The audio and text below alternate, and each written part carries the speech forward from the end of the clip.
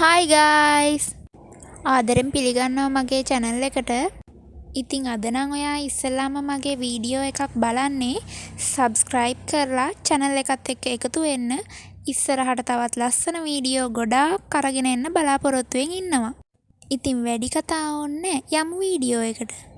අපිට ඕන වෙනවා butter gram 60ක්, බිත්තර එකක්, පාම් පිටි gram 60ක්, සීනි gram 60ක්, කිරි, baking powder, vanilla. ඉස්සෙල්ලාම අපි butter ටික beat කරගන්නවා.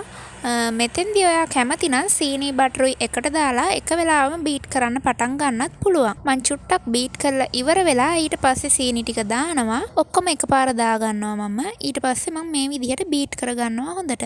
beat කරන අතරේදී භාජනයේ වටේට විසික් වෙන butter සහ සීනි මේ විදිහට මැදට එකතු කරන ගමන් හොඳට beat කරගන්න. ඇත්තටම මම මෙතන අරගෙන තියෙන භාජනයේ පොඩි වැඩි මේක beat කරන්න. ඒ නිසා පොඩ්ඩක් වටේට විසිරෙන්න බලනවා. ඔයාලා එහෙම කරන්න එපා. ඔයාලා සුදුසු භාජනයක් ගන්න. ඊළඟට අපි බිත්තරේ මේ විදිහට එකතු කරගන්නවා. බිත්තරේ මෙතනදී එකතු කරන වෙලාවේදී සීනි හොඳටම දිය වෙලා තියෙන්න ඕන කියලා එකක් නැහැ. සීනි පොඩ්ඩක් කැටගතිය තිබ්බට බය වෙන්න එපා. බිත්තරේ එකතු කරලා හොඳට බීට් කරන්න. එතකොට සීනි කැටගතිය පොඩ්ඩක් තිබුණත් ඒ ටික දිය වෙනවා. භාජනයේ වටේට විසික් වෙන දේවල් මැදට එකතු කරන ගමන් හොඳට බීට් කරන්න. සාමාන්‍යයෙන් විනාඩියක් දෙකක් විතර මෙහෙම බීට් කරන්න. වීඩියෝ එක ඉවර වෙනකම් බලලා වීඩියෝ එක ගැන ඔයාට මොනවද හිතෙන්නේ කියලාත් කමෙන්ට් එකක් දාන්න. ඒ වගේම ඔයාට මොනවා හරි ගැටලු තියෙනවා නම් ඒවත් කමෙන්ට් කරන්න. ඊට පස්සේ මම බීටර් එක පොඩ්ඩක් පැත්තකින් තියලා පාම් පිටි ටික එකතු කරගන්නවා. පාම් පිටි ඔක්කොම මම මෙතෙන්දී එකපාරටම මිශ්‍රණයට දානවා. ඔයා කැමති නම් දෙතුන් පාරකට දැම්මට කමක් නැහැ. ඊට පස්සේ මම ස්පැචුලා එකක් අරගෙන මේ විදිහට හොඳට කලවම් කරගන්නවා. ඇත්තටම මෙතෙන්දී නම් වීඩියෝ එක පොඩ්ඩක් ફોකස් වෙලා මදි වගේ වීඩියෝ එක පැහැදිලි නැහැ. ඒ වුණාට මම හිතනවා මම කියන දේෙන් ඔයාලට මේක පැහැදිලි වෙයි කියලා. ඊළඟට මම බේකින් පවුඩර් තේ හැඳි භාගයක් මේ විදිහට එකතු කරගන්නවා. ඇත්තටම පාම් පිටිත් එක්ක කලවම් කරලා ගන්න පුළුවන් නම් හොඳයි. ඒ වුණාට මම සාමාන්‍යයෙන් බේකින් පවුඩර් වෙනම එකතු කරනවා. කිසිම ප්‍රශ්නයක් වෙලා නැහැ මට. ඊළඟට වැනිලා තේ හැඳි භාගයක් මම මේ විදිහට එකතු කරගන්නවා. එකතු කරලා හොඳට කලවම් කරගන්නවා මේ විදිහට ස්පැචුලා එකක් භාවිතා කරලා.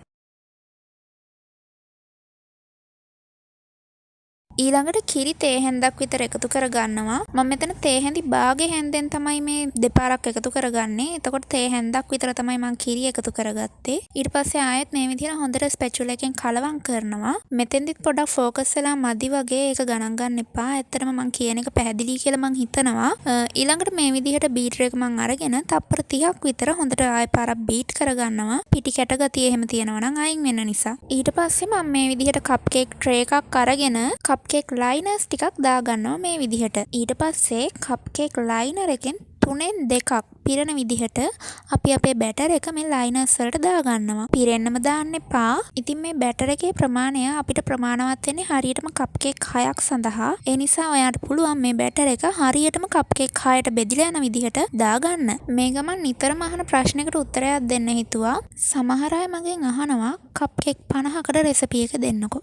කප් කේක් 100කට රෙසිපි එක දෙන්නකෝ. කප් කේක් 150කට රෙසිපි එක දෙන්නකෝ. ඉතින් මේ වගේ බල්ක් ඕඩර්ස් වලට ගොඩක් අයට අමුද්‍රව්‍ය ප්‍රමාණය හිතා ගන්න බැරි වෙලා තියෙනවා. ඉතින් ඒක හරිම ලේසි. අපි මෙතන කප් කේක් 6කට හැම අමුද්‍රව්‍යයක්ම ග්‍රෑම් 60 ගාණි ගත්තා. ඒ කියන්නේ කප් කේක් එකකට හැම අමුද්‍රව්‍යයකින්ම ග්‍රෑම් 10 ගාණි ගන්න ඕන. ඔයා හදන බල්ක් එකේ ප්‍රමාණය වගේ 10 ගුණයකින් හැම අමුද්‍රව්‍යයක්ම ගන්න. මං හිතනවා ඔයාලට පැහැදිලි කියලා. දැන් මම මේ ටූත් පික් එකක් අරගෙන කප් කේක් ඔක්කොගෙම මතු පිට සමාන ලෙවල් එකක් එන විදිහට පොඩ්ඩක් කූරු ගා ගත්තා. ඊට පස්සේ මේ විදිහට දෙතුන් පාරක් ටැප් කරලා සෙල්සියස් අංශක 180ට විනාඩි 15ක් 20ක් බේක් කරන්න. මේ තියෙන්නේ බේක් වෙලා ඉවර වෙච්ච කප් කේක් ටික. ඉතින් ඔයාලට පේනවා ඇති මේ කප් කේක් වල මතු පිට ලස්සන ගෝල්ඩන් බ්‍රවුන් එකට බේක් වෙලා තියෙනවා. ඒ වගේම උඩ කඩතලු ගතියක් නැහැ. සිතුරු සිතුරු ගතියක් නැහැ. මැදින් ඇතුළට බහැලා වගේ නැහැ. පුපුරලා නැහැ. පිම්බිලා උඩට ඇවිල්ලා නැහැ. ලස්සනට ලෙවල් එකට කප් කේක් ටික බේක් වෙලා තියෙනවා. ඉතින් ඔයාට මේ විදිහට නීට් එකට කප් කේක් එන්නේ නැත්නම් නම්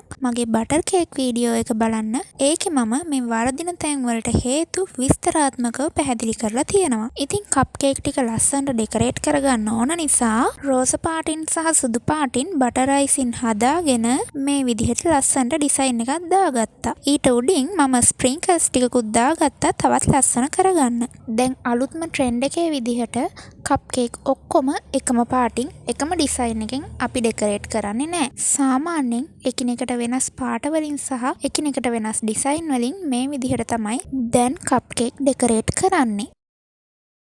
ඉතින් ඔයාලට අයිඩියා එකක් ගන්නත් එක්ක මම මීට කලින් හදපු කප් කේක්ස් වල ෆොටෝස් ටිකක් මෙතන එකතු කරලා තියෙනවා. මේ වගේනුත් අදහසක් අරගෙන ඔයාලගේම නිර්මාණශීලී අදහසුත් එකතු කරලා ලස්සනට කප් කේක් ඩිසයින්ස් කරන්න ඔයාලටත් පුළුවන්.